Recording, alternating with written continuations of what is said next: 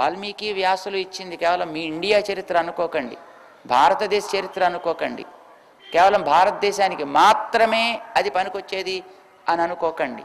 అందుకనే మనం హిందూ అనే పదాన్ని వాడవండి. ఎందుకో తెలుసనా? దాన్ని కొన్ని రకాలుగా చెప్తారండి మన వాళ్ళు.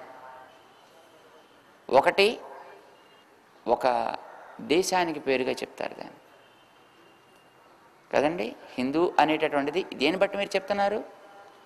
సింధు నాగరికత నుంచి వచ్చినది అనేనా మీరు చెప్తున్నారు? అంటే సింధు నాగరికత తప్ప ఇంకా మిగతా మన ఈ భారతదేశంలో మిగతా చోట్ల ఎక్కడ నాగరికతలు లేవా? 2500 BC అంటే 5000 సంవత్సరాలకి 5000 సంవత్సరాల లోపు ఆ నాగరికత వచ్చినట్టుగా చెప్తున్నారు మన చరిత్రకారులు ఇప్పుడు ఈవేళ ప్రామాణికంగా. అంటే 5000 సంవత్సరాల క్రితం మీకు దక్షిణ భారతదేశంలో ఇక్కడ ఎవరు భాషల వాళ్ళు కానీ ఇక్కడ ఎవరు మనుషులు కానీ లేరా? కేవలం కోతులే ఉండేవా? అంతకుముందు అసలు నాగరికత లేదా? ఈ దేశానికి ఈ జాతికి నాగరికత లేదా? ఇది ఒకటి. రెండవది, ఆ నాగరికత పూర్వం ఎప్పుడో కొంతకాలం ఉండి అక్కడికి నాగరికత కింద వచ్చింది. కానీ దానికంటే ముందరది రోమన్ నాగరికత, దానికంటే ముందరది గ్రీస్ నాగరికత, దానికంటే ముందరది ఏదో మెసపెటోనియా బాబిలోనియా నాగరికత. ఈ బాబిలోనియన్ నాగరికత ఏదో ఒక 8000 సంవత్సరాల క్రితానికి వెడుతుంది. అంతకుముందు అసలు భూమి మీద మనుషులు లేరు, ఉన్నవన్నీ కూడా కోతులు, కొండముచ్చులు, ఎలుగుబంట్లు, ఇంతే. ఇప్పుడు ఈ నాగరికతలు చెప్పేవాళ్ళంతా వచ్చిన పదం అలా వచ్చిందండి. హిందూ పదాన్ని అక్కడ మధ్యలో పట్టుకొచ్చి మీకు సింధు అనే తోటి లింకప్ చేసి పెట్టారు. సా హా కింద మారిందండి, చేత సింధు హిందూ అయింది అని అన్నారు.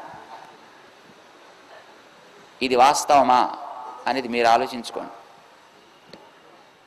అంతకుముందు లేదా ఇక్కడేమీని? ఇది మీరు ఆలోచించుకోవాలి. మనం 5000 10,000 సంవత్సరాల క్రితం వచ్చాము అని కనుక అనుకోగలిగితే రామాయణం జీరో. లేదు, అలాంటి క్యారెక్టర్స్ ఆ రోజుల్లో ఉండేవి, దాన్ని బట్టి వాళ్ళు దాన్ని కావాలంటే చరిత్ర కింద రాసి ఉండొచ్చు. కానీ రామాయణ భారతాలు జరిగింది కూడా అదే కాలంలోనే. ఇది వాళ్ళు చెప్పేది. మీరు ఒప్పుకుంటారా? అది క్రీస్తు శక 3వ శతాబ్దానికి 6వ శతాబ్దానికి మధ్యలోనే రామాయణ భారతాలు జరిగాయి. వాల్మీకి వ్యాస భగవానుడు భారత కథని చెప్పింది 6000 సంవత్సరాల క్రితం మన లెక్క ప్రకారం పోనీ ఇప్పుడు చూస్తే. ఎందుకంటే కలియుగానికి ముందు కనుక భారతం జరిగింది. కానీ భారతంలో ఇచ్చినటువంటి విషయాలు ఉండే ఒక పరంపర ఉందండి. మరి ఆ పరంపరలో చూస్తే వెనకాతలకి కొన్ని వేల సంవత్సరాలకు వెళ్ళిపోతాను, కొన్ని లక్షల సంవత్సరాలు బతికిన వాళ్ళు ఉన్నారు. వాల్మీకి కథ కూడా వ్యాసుడు దాంట్లో చెప్పుకున్నాడు. 9వ స్కంధం భాగవతంలో మీరు చదివినట్టయితే వంశాల గురించి ఇస్తూ మొట్టమొదటి సూర్యవంశాన్ని, ఆ తర్వాత చంద్రవంశాన్ని, యదువంశాన్ని ఇట్లా వర్ణించాడండి ఆయన. అందులో సూర్యవంశాన్ని వర్ణించేటప్పుడు ఇక్ష్వాకు దగ్గర నుంచి మధ్యలో పుట్టినటువంటి అనేక మందిలో రాముడు కూడా ఒకడు అని రామకథను కూడా బ్రీఫ్గా ఆయన మెన్షన్ చేశాడు మొత్తం భాగవతంలో. ఆయన చెప్పిన దాని ప్రకారమే రామచంద్రుడు 11,000 సంవత్సరాల పైచిలకు ఉన్నాడు అని ఆయన కూడా చెప్పాడు దాంట్లో. మరి ఆయన చెప్పిన దాని ప్రకారం ఉండే వంశాలు అవన్నీ కూడా వర్ణించింది మనం గమనిస్తే కొన్ని లక్షల సంవత్సరాలు వెనక్కి వెళ్ళిపోతుంది. యుగాల కాలాన్ని ఇచ్చాడు ఆయన.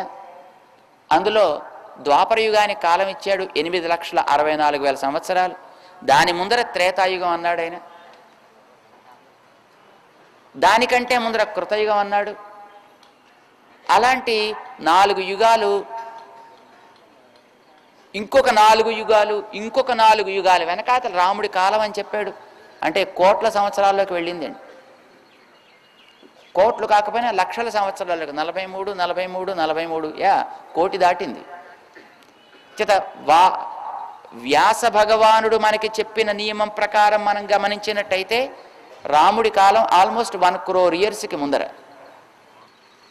ఇంకొకటి సింధు అనేదానికి హిందూ అనేదానికి ఏదో పాపం వేరే నిర్వచనాలు చెప్తూ అలా కాదండి, ఇది హిమాలయాల్లోంచి ఇందు సరోవరం దాకా ఉండేదంతా కూడా హిందూ రీత్యభిధీయతే అంటూ దానికి ఒక సంస్కృతంలో శ్లోకం కూడా తయారు చేశారు. అదైతే నువ్వు కేవలం ఒక చిన్న ప్రాంతానికి పరిమితం అయిపోయావు, ఆ ప్రాంతంలో ఎవడుంటే వాడు అలా పేరుతో చెప్పుకోవాలి, అలా వాడటలేదు. నువ్వు ఒక ధర్మానికి తగినట్టుగా దాన్ని వాడుతున్నావు, ఒక ఆచారాన్ని చెప్పే పదంగా నువ్వు దాన్ని వాడుతున్నావు. అనొచ్చా అప్పుడట్లాగా దాన్ని? చేత పురాణాల్లో చెప్పదలుచుకున్న విషయాన్ని అవసరమైతే కొంచెం దాన్ని ఎగ్జాజరేట్ చేసి చెప్పాల్సి వస్తుంటుంది ఒక్కొక్క చోట. అది పురాణం అంట. అంటే ఎప్పటికీ మాసిపోకుండా నిత్యము నూతనము, పాతదైనా నూతనంగా ఉండేదేదో అది పురాణవం, పురాణం అయింది. పురాపి నవం అంటే అది ఎంతకాలమైనా పాతదైనా అది మాసిపోదు. అలాంటి దాన్ని చెప్పే గ్రంథం పురాణం.